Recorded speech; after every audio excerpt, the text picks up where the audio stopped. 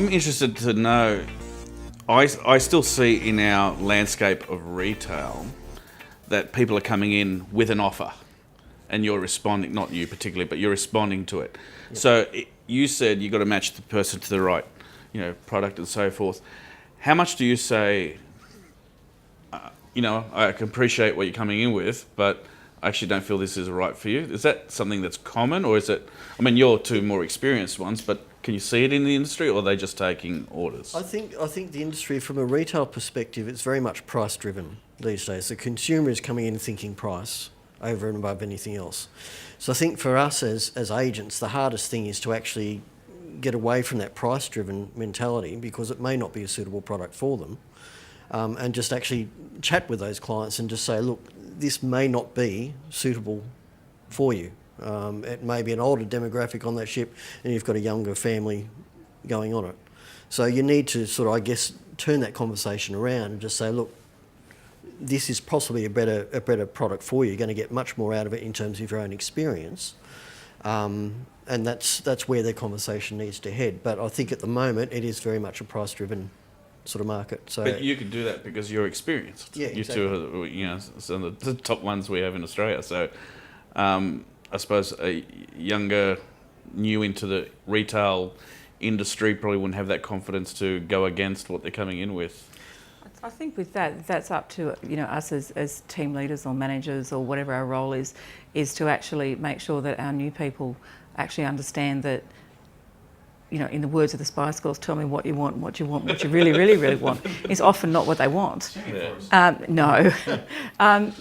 So sometimes what they're saying is actually not what they mean, but they're driven by the price, but they would have the most awful time and they would say cruising was terrible. So it's up to us as leaders and managers to educate our new people and Claire to get them up to speed with being confident to say that this is possibly not the right product for you. I could offer you this or this. I think will suit you better because. And that's obviously key. Where your skill as travel agents come into it. I'd like to ask you, without throwing things at my friends down this end, do you think that the cruise lines give you enough help and information to do the job that you do? Yeah, look, I do. There's plenty of material, both online and in brochure sort of material. But if you don't have the experience and the training behind you to understand a lot of those intricacies within the industry, you'd be on struggle street. Yeah. I think you need that sort of experience and that training combined with your own personal experience. I think that helps a great deal. I think the training will only take you so far. But anyone that's wanting to sell cruise needs to be fully involved and say, look, this is something I want to do, this is something I want to experience, and actually pass that experience on as well as the training. And it comes as a package in terms of the person selling that for people. So I think it's very important that needs sort of combined with the training and the personal experience to bring that expertise through to consumers. Your agency is a specialised agency, sells cruising. Yeah. What frustrations do you have on a daily basis about selling cruise, or are you just totally happy in doing what you do? Probably our biggest thing is time constraints, because I guess it's busy, which is a great problem to have. I think it's probably purely that we could have having enough qualified consultants to sell cruise properly is the limit of how well your business does. Because the business is out there, and it's a matter of just, as I said, qualifying the people. We get a lot of reps in who update us on the product, and if you're open to the learning, it's there. Sure. Yeah. That leads me on to Peter. You look after the training of agents. Yep. Are you finding it hard to get the right people trained, or what's the issue with the training of agents? Well, I think the uptake's great. We're seeing a massive uptake in mobile agents at the moment, individual agents. We're actually quite proud of where we stand in compared to the rest of the world as far as our training. The training that we've developed here is now being used in the UK, throughout Europe, and soon to be Asia. So the agents here have a great foundation to start with, and exactly how Matt said about the experience. Training's one aspect, and it's great, but nothing beats experience. And part of our accreditation program So for those that are uninitiated, you can go and visit a cruise specialist who have certain levels of accreditation. But anybody with any level of accreditation has had to have done a cruise as part of the accreditation process. Right. So you can't get anybody accredited who hasn't had the experience.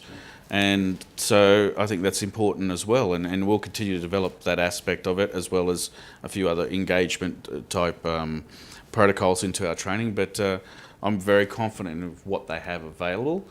But just like any other business, you can have 1,000 people, and 10% will go to the stop and write things down and take it all aboard, and you get others who go through it, and you get others. So one of the challenges I have is getting everyone engaged. Yeah.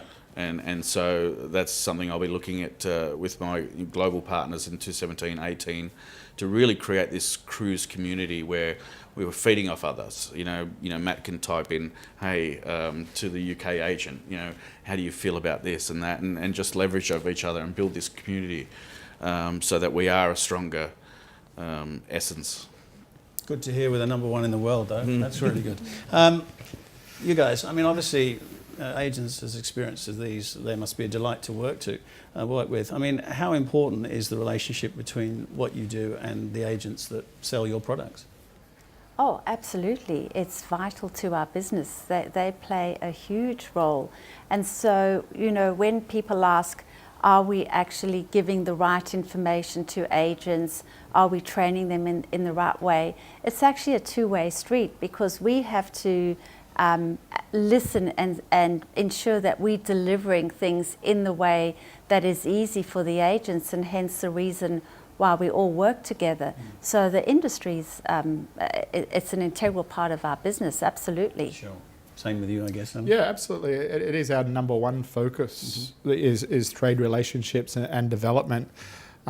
So that's why sort of the role of the on-the-road BDM is so important with me, is going out and working face-to-face with not only the most experienced of travel agents, but also meeting the novices and bringing them up to sort of a level of knowledge to give them comfort in selling the voyages as well.